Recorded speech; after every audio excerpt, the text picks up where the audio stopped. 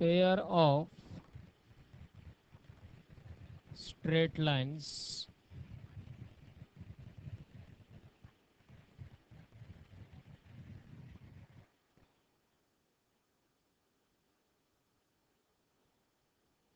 considering about a single line.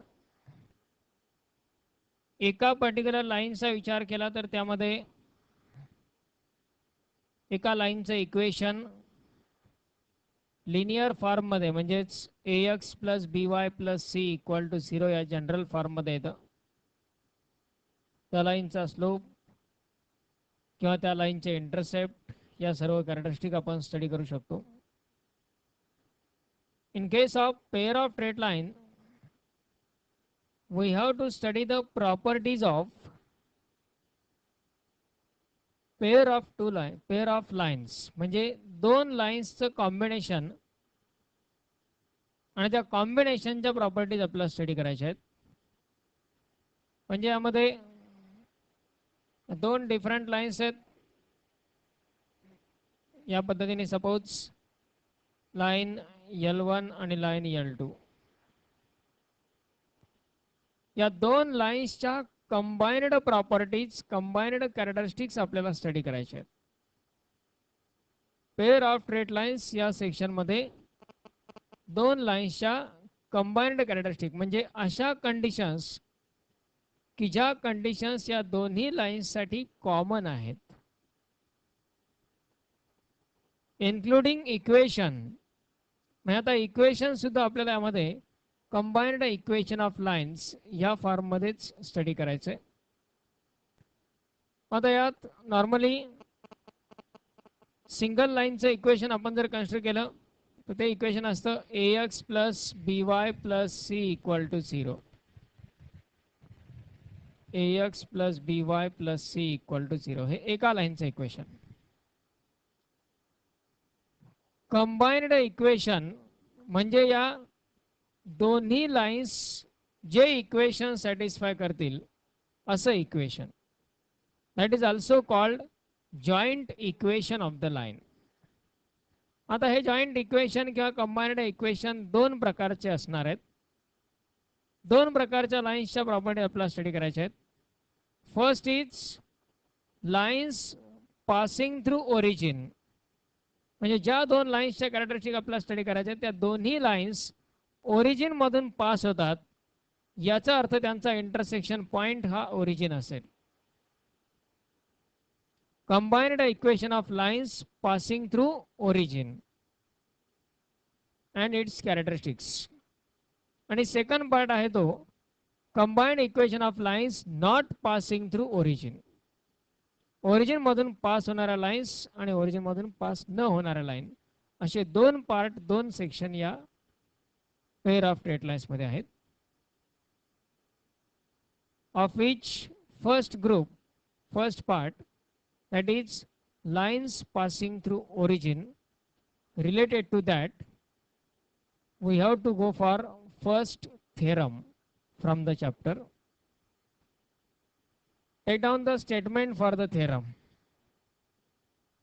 चार theorem या chapter मध्ये आपल्याला स्टडी करायचे आहेत. पैकी तीन थेरम हे विथ प्रूफ आहेत, एक विदाउट प्रूफ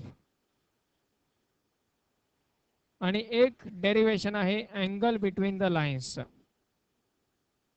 असे थेरॉटिकली 5 पॉइंट आपल्याला अगोदर या चॅप्टर मध्ये स्टडी करायचे.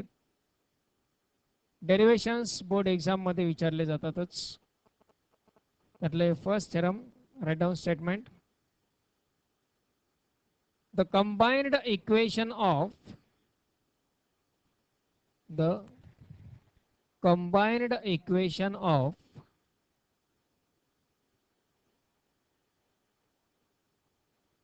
pair of straight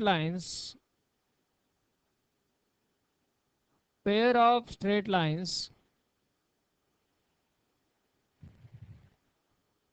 passing through origin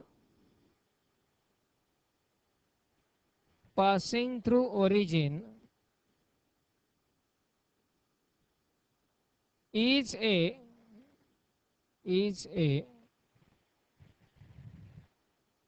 homogeneous equation of homogeneous equation of homogeneous equation of second degree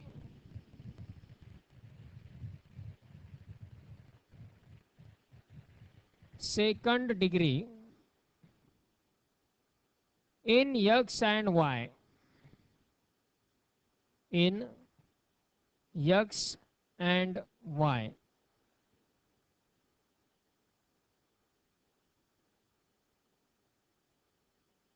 statement कशा प्रकारचं आहे धरमचं लक्षात घ्या. The combined equation of pair of lines passing through origin is a homogeneous equation of second degree in x and y.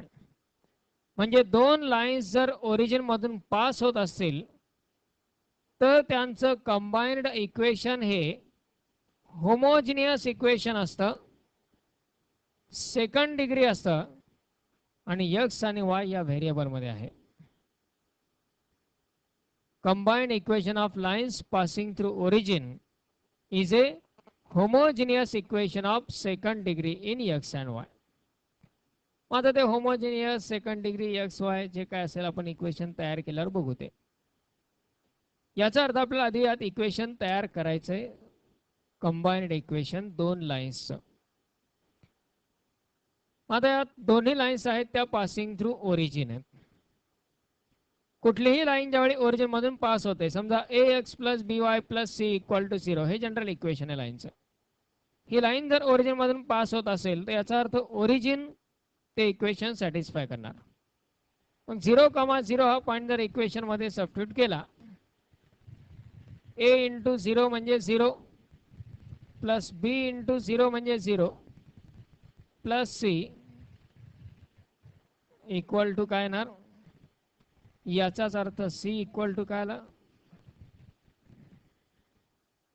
For any of the line that passes through origin constant term is always 0. कोणतीही line जी origin मधून pass होते त्यामधली constant term जी असते ax plus by plus c म्हणली c ही term, ती कॉन्स्टंट टर्म नेहमी 0 असते. आपल्या मध्ये स्लोप ओरिजिन फॉर्म मध्ये इक्वेशन काय असतं, y इक्वल टू mx. यात कॉन्स्टंट टर्म आहे का कुठे, mx minus Y equal to 0 आपण लिहू शकतो असं. यातही y इंटरसेप्ट जो असतो स्लोप इंटरसेप्ट मधला y equal to mx plus c तो 0च येतो. म्हणजे लाईन जर ओरिजिन मधून पास होत असेल तर त्यात कॉन्स्टंट टर्म 0 असते. मग या ठिकाणी आपल्याला या थेरमच्या डेरिव्हेशनसाठी दोन लाईन्सचे इक्वेशन्स गृहीत धरायचे आहेत पहिल्यांदा separately. Consider u denote a1x plus b1y equal to 0. आता कॉन्स्टंट c घेण्याची गरज नाही कारण लाईन ओरिजिन मधून पास होते. and v denotes a2x plus b2y equal to 0 be the lines passing through origin. Origin मधून पास होणाऱ्या दोन लाईन्सचे आपण सेपरेट इक्वेशन्स आधी गृहीत धरले. a1x plus b1y equal to 0 आणि a2x plus b2y equal to 0. आता यामध्ये आपल्याला फाइंड करायचं यांचं कंबाइंड इक्वेशन, जॉइंट इक्वेशन.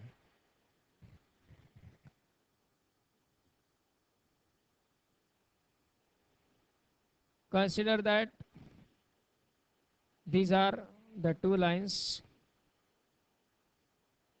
समजा आपण त्या लाईन्स u आणि v गृहीत धरल्या. लाईन्सचे नाव u आणि v गृहीत धरू. त्यांच्या इक्वेशनचा पार्ट आहे लेफ्ट साइडचा u आणि v कन्सिडर केलेला आहे. या दोन लाईन्स पास होतात ओरिजिन मधून, ओरिजिनला त्या इंटरसेक्ट होतात. यात आता पहिली स्टेज आहे इम्पॉर्टंट, ती म्हणजे जे काही कंबाइन्ड इक्वेशन आहे त्याचा लोकस काय असेल. लोकस म्हणजे काय असतं, दिलेल्या कंडिशन सॅटिस्फाय करणारं इक्वेशन म्हणजे लोकस. आता इथे कंडिशन काय आहेत, दोन लाईन्सचं कंबाइन्ड इक्वेशन पाहिजे आपल्याला. मग कंबाइन्ड इक्वेशन कधी म्हणता येईल, ज्यावेळी त्या दोन्ही लाईन्स ते इक्वेशन सॅटिस्फाय करतील किंवा दोन्ही लाईन्स त्या इक्वेशनच्या सर्व प्रॉपर्टीज फॉलो करतील, त्यावेळी ते त्यांचं जॉईंट इक्वेशन आहे, कंबाइन्ड इक्वेशन आहे असं पण म्हणू शकतो. मग जॉईंट इक्वेशन लाईनचं कशा स्वरूपात असतं त्याचा एक लोकस आपल्याला आधी कन्सिडर करायचा आहे, ॲझ्युम करायचा आहे. मग हा लोकस काय कन्सिडर करायचा पहा. Let the locus of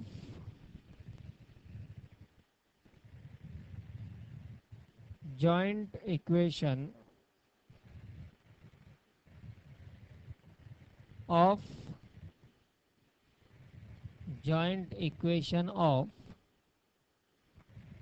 these two lines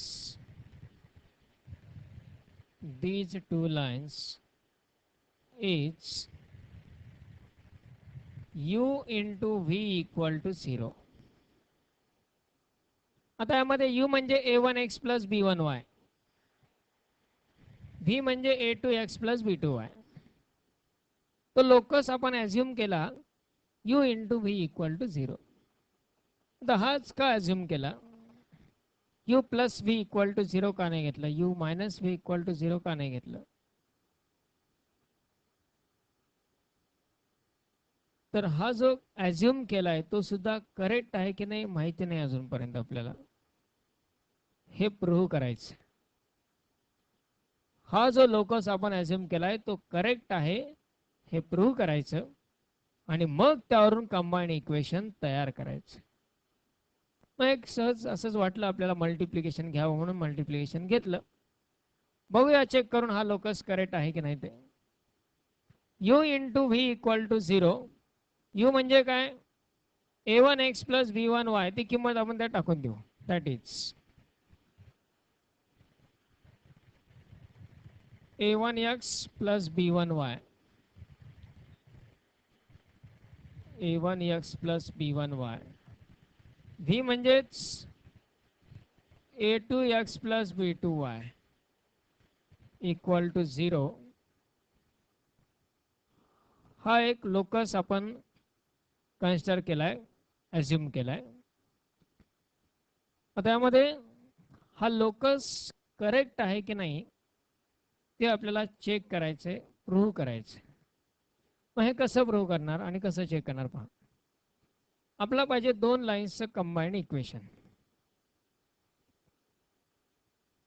आपण ॲझ्युम केलेला लोकस हा दोन लाईनचं कंबाइंड इक्वेशन आहे असं आपण कधी म्हणणार, ज्यावेळी लाईन यू वरती असणारा प्रत्येक पॉइंट ते इक्वेशन सॅटिस्फाय करेल, तसंच लाईन व्ही वरती असणाराही प्रत्येक पॉइंट ते इक्वेशन सॅटिस्फाय करेल. लाईन यू वरच्या प्रत्येक पॉइंटनी ते इक्वेशन सॅटिस्फाय व्हायला पाहिजे. लाईन व्ही वरच्याही प्रत्येक पॉइंटनं ते इक्वेशन सॅटिस्फाय व्हायला पाहिजे, तरच तो त्या दोन लाईन्सचं कंबाइन्ड इक्वेशन आहे असं आपण म्हणू शकतो. दोन लाईन्सचं कंबाइन्ड इक्वेशन आहे असं कधी म्हणता येईल, जर लाईन यू वरच्या प्रत्येक पॉइंटनी ते इक्वेशन सॅटिस्फाय केलं तर. लाईन व्ही वरच्याही प्रत्येक पॉइंटनी ते इक्वेशन सॅटिस्फाय व्हायला पाहिजे. दोन्ही लाईन वरच्या प्रत्येक पॉइंटनी ते इक्वेशन सॅटिस्फाय व्हायला पाहिजे. पण फक्त एवढ्या दोन कंडिशन महत्वाच्या नाहीयेत, आणखी एक कंडिशन इम्पॉर्टंट आहे. आपल्याला माहित आहे एखादा पॉइंट लाईन वरती असेल तर याचा अर्थ त्यानं त्या लाईनचं इक्वेशन सॅटिस्फाय करायला पाहिजे. पॉइंट जर लाईन वरती असेल तर तो लाईनचं इक्वेशन सॅटिस्फाय करतोच. पॉइंट जर लाईन वरती नसेल तर लाईनचं इक्वेशन सॅटिस्फाय करणार नाही. आता जसं आपण म्हटलंय की यू वरचा प्रत्येक पॉइंट या लोकस वरती पाहिजे, म्हणजे त्यांनी या लोकसचं इक्वेशन सॅटिस्फाय करायला पाहिजे. व्ही वरच्याही प्रत्येक पॉइंटनं हा लोकस म्हणजे हे इक्वेशन सॅटिस्फाय करायला पाहिजे. तसंच त्या लोकस वरच्याही प्रत्येक पॉइंटनं हे रिप्रेझेंट करायला पाहिजे की तो पॉइंट हा एकतर लाईन यू वरचा आहे किंवा लाईन व्ही वरचा आहे किंवा दोन्ही वरती असू शकतो. आता समजा आपण कंबाईन इक्वेशन या दोन लाईन्सचं फाइंड करतोय. इथे एक असा पॉइंट आहे, तो लाईन यू वरती पण नाहीये, व्ही वरती पण नाहीये, यू वरती पण नाहीये, व्ही वरती पण नाहीये, कॉमन पण नाहीये. तो पॉइंट हा लोकस जर सॅटिस्फाय करत असेल तर ते इक्वेशन या दोन लाईन्सचे असं म्हणता येईल का? नाही, त्यात तिसरा पण एक जण आलाय. या दोन लाईन्सच्या व्यतिरिक्त आणखी पण एक पॉइंट आलाय जो ते इक्वेशन सॅटिस्फाय करतोय. याचा अर्थ त्या दोन लाईनचं इक्वेशन आहे असं म्हणता येईल का? नाही म्हणता येणार. म्हणजे तीन कंडिशन महत्वाच्या आहेत. लाईन यू वरचा प्रत्येक पॉइंट लोकसवर पाहिजे, लाईन व्ही वरचा प्रत्येक पॉइंट लोकसवर पाहिजे आणि लोकस वरचाही प्रत्येक पॉइंट एकतर लाईन यू वरती तरी पाहिजे किंवा व्ही वरती तरी पाहिजे. दोन्ही वरती असला तरी चालेल कॉमन. हे तीन पॉइंट आपल्याला आधी प्रूव्ह करावे लागतील, त्यावेळी आपण म्हणू शकतो हा लोकस करेक्ट आहे. पॉइंट लाईन यू वरचा प्रत्येक पॉइंट लोकसवर पाहिजे, लाईन व्ही वरचा प्रत्येक पॉइंट लोकसवर पाहिजे आणि त्या लोकस वरचाही प्रत्येक पॉइंट ह्या दोन्ही पैकी एका लाईन वरती पाहिजे, तरच ते त्या दोन लाईनचं इक्वेशन आहे असं म्हणता येऊ शकतं. मग आता हे प्रूव्ह करण्यासाठी पहिल्यांदा हा जो लोकस आहे त्याला आपण इक्वेशन 3 कन्सिडर करू. लाईन यू वरती आपण एक पॉइंट कन्सिडर करू, कोणताही पॉइंट कुठेही. लाईन यू वरचा कोणताही एक पॉइंट आहे, सपोज पी x1 y1. आता हा जो पॉइंट आहे पी, तो लाईन यू वरचा पॉइंट आपण गृहीत धरलाय. Let p in bracket x1 comma y1 be any point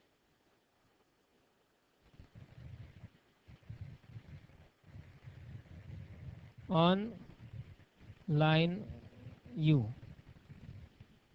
line you वरती असणारा तो कोणताही एक पॉइंट आपण गृहीत धरला. आता जर तो पॉइंट लाईन यू वरचा असेल तर तो लाईन यू चं इक्वेशन सॅटिस्फाय करणार. x1 y1 हा पॉइंट लाईन यू वरचा आहे, म्हणजेच तो लाईन यू चं इक्वेशन सॅटिस्फाय करणार. देअरफॉर फ्रॉम इक्वेशन 1, मग तो पॉइंट इक्वेशन 1 मध्ये सबस्टिट्यूट करा. काय मिळेल?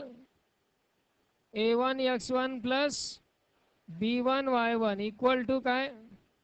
0. याला आपण इक्वेशन 4 दिलं नाव. पी हा लाईन यू वरचा कोणताही एक पॉइंट जो की लाईन यू वरती असल्यामुळे लाईन यू चं इक्वेशन सॅटिस्फाय करेल, तो इक्वेशन 1 मध्ये सबस्टिट्यूट केला लाईन यू च्या इक्वेशन मध्ये. त्यावरून आपल्याला a1 x1 plus b1 y1 याची किंमत काय मिळाली? 0 मिळाली. तो पॉइंट ते इक्वेशन सॅटिस्फाय करणार, म्हणून a1 x1 plus b1 y1 ची व्हॅल्यू 0 मिळेल. त्यानंतर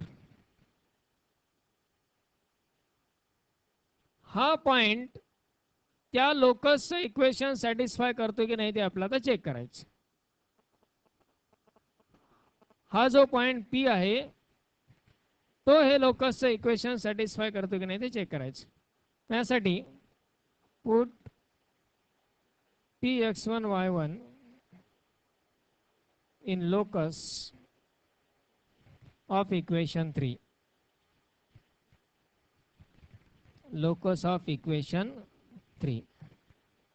पी हा पॉइंट इक्वेशन 3 मधल्या लोकस मध्ये सबस्टिट्यूट केला.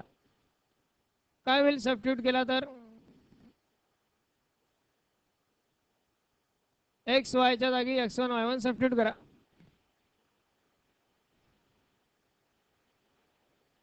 a1 x1 plus b1 y1 a1 x1 plus b1 y1 into a2 x1 plus b2 y1. x1 y1 हाच पॉइंट लोकस मध्ये substitute करायचा आहे. x1 y1 हा पॉइंट सबस्टिट्यूट करायचा आहे म्हणजे त्या इक्वेशन 3 मध्ये x च्या जागी x1 आणि y च्या जागी y1 लिहायचं आहे. मग प्रत्येक ठिकाणी x च्या जागी x1 आणि y च्या जागी y1 लिहिलं म्हणजे पहिला ब्रॅकेट काय मिळाला a1 x1 plus b1 y1 into दुसरा ब्रॅकेट काय मिळाला a2 x1 plus b2 y1 मिळाला. आता हे इक्वल टू 0 येतंय की नाही आपला चेक करायचं आहे. तो पॉइंट आपण लोकस मध्ये सबस्टिट्यूट केला. आता चेक करा equal to a1 x1 plus b1 y1 ची काय किंमत आहे फ्रॉम इक्वेशन 4. पण a2 x1 plus b2 y1 ची किंमत 0 आहे का? ही 0 येऊ शकेल का कधी?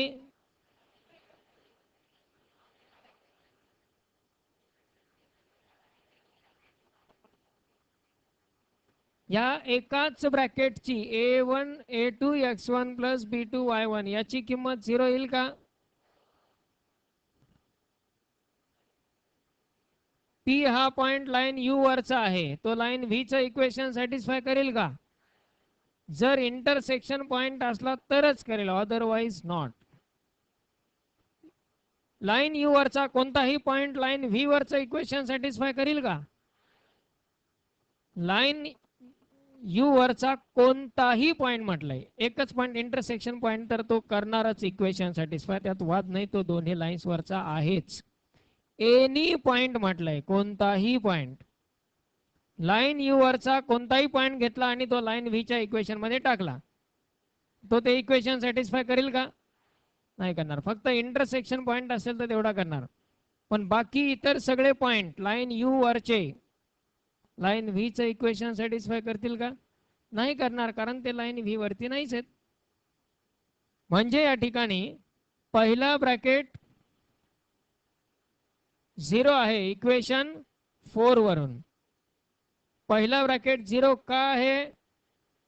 कारण पी हा पॉइंट लाईन यू वरती आहे त्यामुळे पहिला ब्रॅकेट 0 आला. First bracket 0 into second bracket तसाच a2 x1 plus b2 y1. पण 0 इंटू एनिथिंग काय असणार म्हणजे लोकसची राईट साइड 0 मिळाली. लोकसचं इक्वेशन सॅटिस्फाय झालं.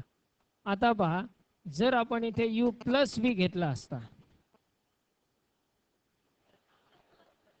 तर इक्वेशन लोकसचं सॅटिस्फाय झालं असतं का?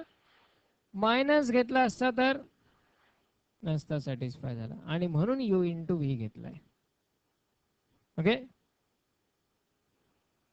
पी हा पॉइंट कुठला पॉइंट आहे तो लाईन यू वरचा पॉइंट आहे. त्या पॉइंटनी लोकसचं इक्वेशन सॅटिस्फाय झालं. यावरून आपण काय म्हणू शकतो इथे आपण लिहू from equation 4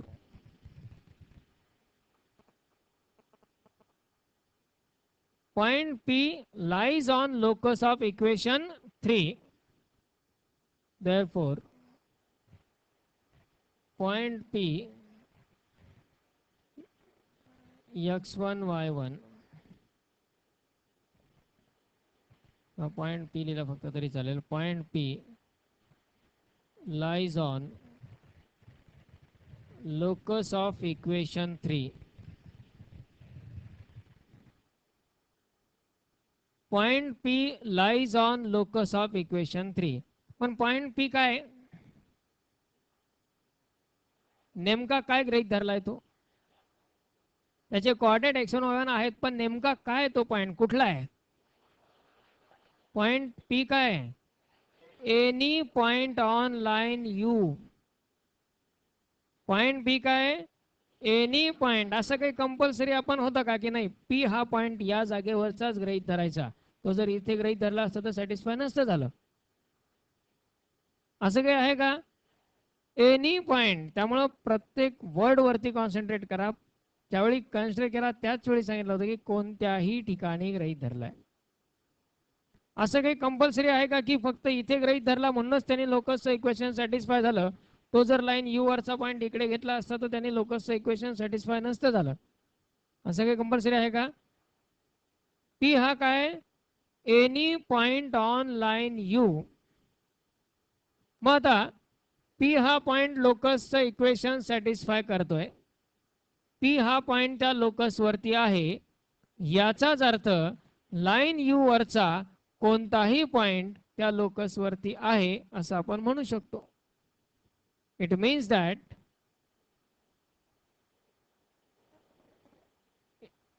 every point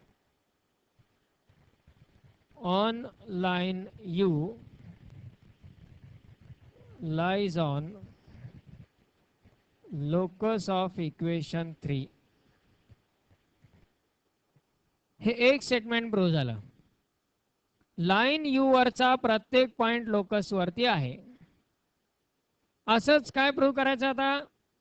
line V वरचाही प्रत्येक पॉइंट लोकस वरती आहे हे प्रूव्ह करायचं. मग यासाठी लाईन व्ही वरचा एक पॉइंट आपण गृहीत धरू क्यू कोणताही, त्याचे कोऑर्डिनेट घेतले x2 y2. लाईन व्ही वरती असणारा कोणताही एक पॉइंट x2, y2 आपण अज्युम केला. मग या ठिकाणी काय करणार आपण पहा. Let Q in bracket same procedure पुन्हा फॉलो करायची. x2 y2 any point on line V. मग Q हा पॉइंट जर लाइन V वरचा पॉइंट असेल तर तो लाइन V चं इक्वेशन सॅटिस्फाय करणार. म्हणजेच फ्रॉम इक्वेशन 2 लाइन V चं इक्वेशन आहे 2. Q हा पॉइंट लाइन V वरचा आहे म्हणजे तो लाइन V चं इक्वेशन सॅटिस्फाय करेल.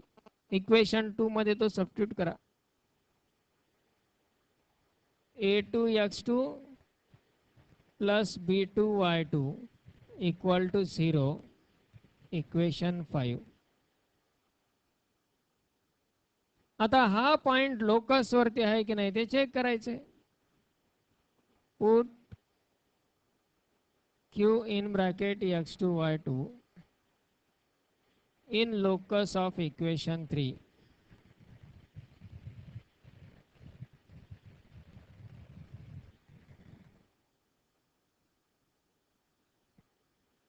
Q हा पॉइंट त्या लोकस वरती सबस्टिट्यूट केला. काय येईल मग? लोकसचं इक्वेशन काय पहा. a1x plus b1y. त्यात x आणि y च्या जागी आता x2 आणि y2 लिहायचे. म्हणजे पहिला ब्रॅकेट काय येईल? a1 x2 plus b1 y2 into second bracket काय? a2 x2 plus b2 y2. आता यामध्ये पहिला ब्रॅकेट 0 येईल का? पहिला ब्रॅकेट ॲज इट इज राहील, पण दुसरा ब्रॅकेट मात्र into 0 from equation 5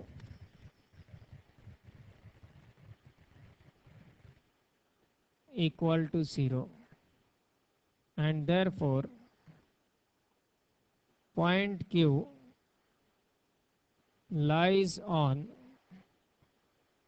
locus of equation 3. पण पॉइंट Q काय गृहीत धरलाय आपण?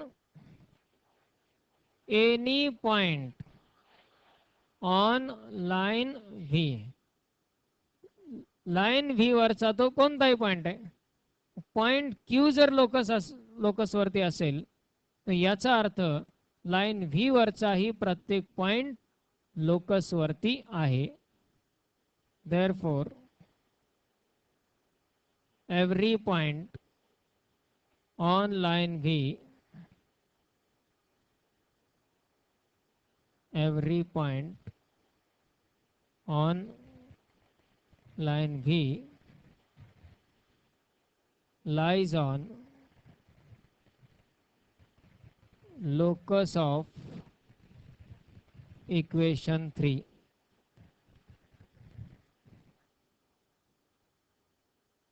पहिल्या पार्ट मध्ये आपण प्रूव्ह केलाय U वरचा प्रत्येक पॉइंट लोकस वरती आहे. V वरचाही प्रत्येक पॉइंट लोकस वरती आहे. U वरचा प्रत्येक पॉइंट लोकस वरती आहे. V वरचाही प्रत्येक पॉइंट लोकस वरती आहे. लोकस वरचा प्रत्येक पॉइंट हा एकतर लाइन U वरती पाहिजे किंवा लाइन V वरती पाहिजे किंवा दोन्ही वरती असला तरी चालेल, पण दोन्ही पैकी किमान एका लाइन वरती तो असणं आवश्यक आहे. हे अपोजिट डायरेक्शन प्रूव्ह करायचे.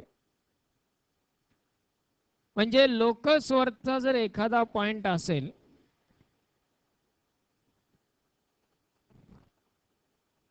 तर तो पॉइंट लाइन U वरचा तरी पाहिजे किंवा V वरती तरी पाहिजे. दोन्ही पैकी किमान एका लाइन वरती असणं आवश्यक आहे.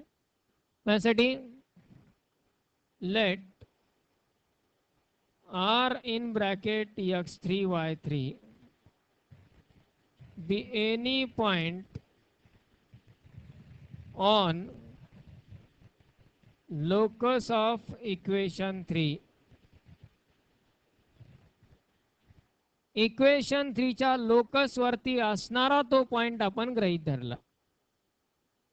मग तो जर त्या लोकस वरचा पॉइंट असेल तर त्यांनी किमान लोकसचं इक्वेशन तर सॅटिस्फाय व्हायलाच पाहिजे. Therefore from 3 x3 y3 हा पॉइंट इक्वेशन 3 मध्ये सबस्टिट्यूट केला म्हणजे लोकसच्या इक्वेशन मध्ये सबस्टिट्यूट केला. लोकसच्या इक्वेशन मध्ये सबस्टिट्यूट केला काय मिळेल बा? a1 x3 plus b1 y3 into a2 x3 plus b2 y3 equal to काय? 0. आता इथे दोन ब्रॅकेट चं मल्टिप्लिकेशन 0 आले. त्या पॉइंटने इक्वेशन सॅटिस्फाय झालंय.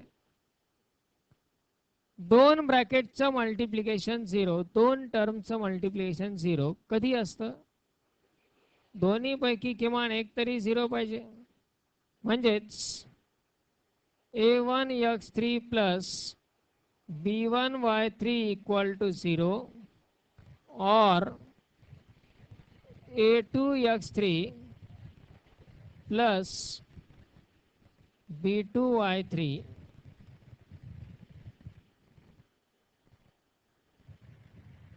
plus b2 y3 equal to a1 x3 plus b1 y3 equal to 0 or a2 x3 plus b2 y3 equal to 0. दोन ब्रॅकेटचं multiplication 0 आहे म्हणजे एकतर पहिला ब्रॅकेट तरी 0 पाहिजे किंवा दुसरा तरी 0 पाहिजे किंवा दोन्ही 0 असले तरी चालेल. पण किमान एक ब्रॅकेट या दोन्हीपैकी 0 असल्याशिवाय हा प्रॉडक्ट 0 येईल का? पण तो प्रॉडक्ट 0 आहे हे सांगितलंय. याचा अर्थ दोन्हीपैकी एक ब्रॅकेट 0 आहे. आता पहिला ब्रॅकेट 0 याचा अर्थ काय?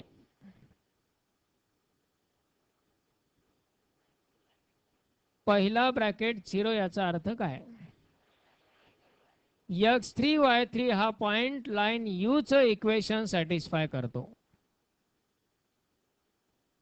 पहिला ब्रॅकेट 0 म्हणजेच x3 y3 हा पॉइंट लाईन u चं इक्वेशन सॅटिस्फाय करतो म्हणजेच तो लाईन u वरती असेल.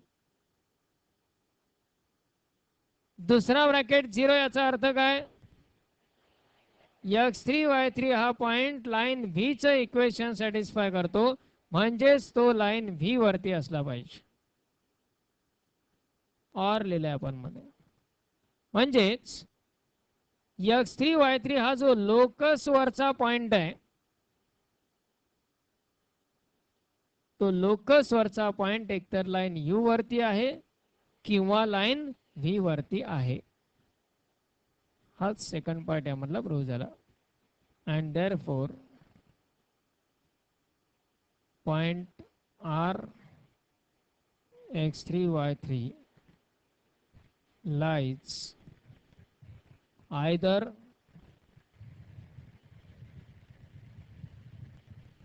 on line u or v or both. दोन्ही वरती असू शकतो इंटरसेक्शन पॉइंट. तो पॉइंट एकतर लाईन u वरती आहे किंवा v वरती आहे किंवा दोन्ही वरती आहे. म्हणजेच u वरचा प्रत्येक पॉइंट लोकसवर आहे, v वरचा प्रत्येक पॉइंट लोकसवर आहे आणि लोकस वरचाही प्रत्येक पॉइंट त्या दोन्ही पैकी एका लाईन वरती आहेच. म्हणजे त्या इक्वेशन मध्ये या दोन लाईन्सच्या व्यतिरिक्त काही आहे का? म्हणजे ते इक्वेशन या दोन लाईन्सचं कंबाईन इक्वेशन आहे असं आपण म्हणू शकतो. And therefore equation 3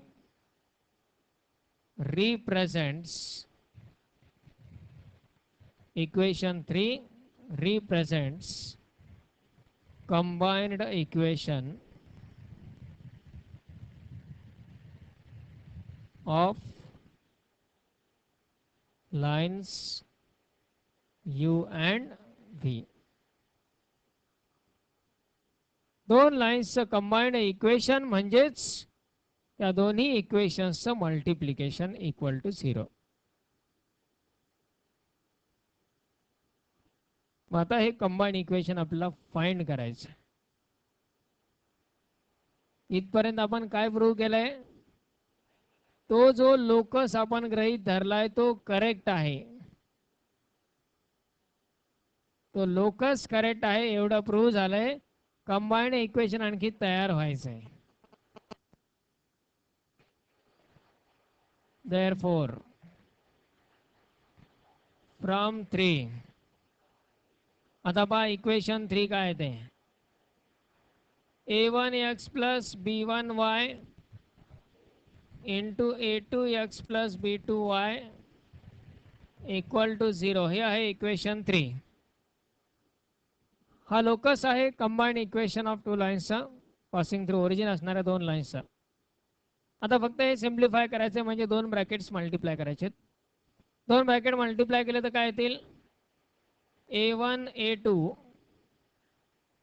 x into x x square plus a1 b2 xy a1 b2 xy plus b1 a2 xy plus b1 b2 y square equal to 0. आता यामध्ये a1 a2 x square plus मधल्या दोन term मधला xy common घेता येईल. xy common घेतला तर काय राहील? a1 b2 plus b1 a2 xy आणि plus b1 b2 y square equal to 0. आता यामध्ये a1 आणि a2 हे दोन कॉन्स्टंट आहेत. दोन कॉन्स्टंटचं मल्टिप्लिकेशन केलं तर काय येतं? कॉन्स्टंटच येतं. मग हे इक्वेशन a1 a2 हे दोन कॉन्स्टंट आहेत, त्याऐवजी एक कॉन्स्टंट गृहीत धरायचा. Let a1 a2 equal to a. त्यानंतर a1 b2 कॉन्स्टंट आहेत, b1 a2 हा मल्टिप्लिकेशन पण कॉन्स्टंट आहे, त्यांचं ॲडिशन कॉन्स्टंट येईल. हे एवढी सगळी टर्म घेण्याऐवजी a1 b2 plus b1 a2 equal to गृहीत धरू आपण ट्वाइस h आणि b1 b2 equal to b. थोडंसं इक्वेशन चांगलं दिसण्यासाठी आपण हे ॲझ्युम करतोय.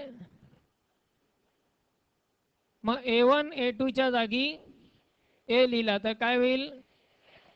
ax square plus 2h xy plus by square equal to 0 is combined equation of lines passing through origin. Passing through origin, combined equation of pair of lines.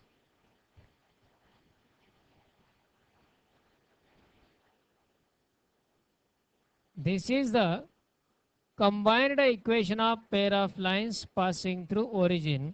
त्याचा standard form आहे ax square plus 2hxy plus by square equal to 0. पण theorem मध्ये काय सांगितलं आपल्याला? आता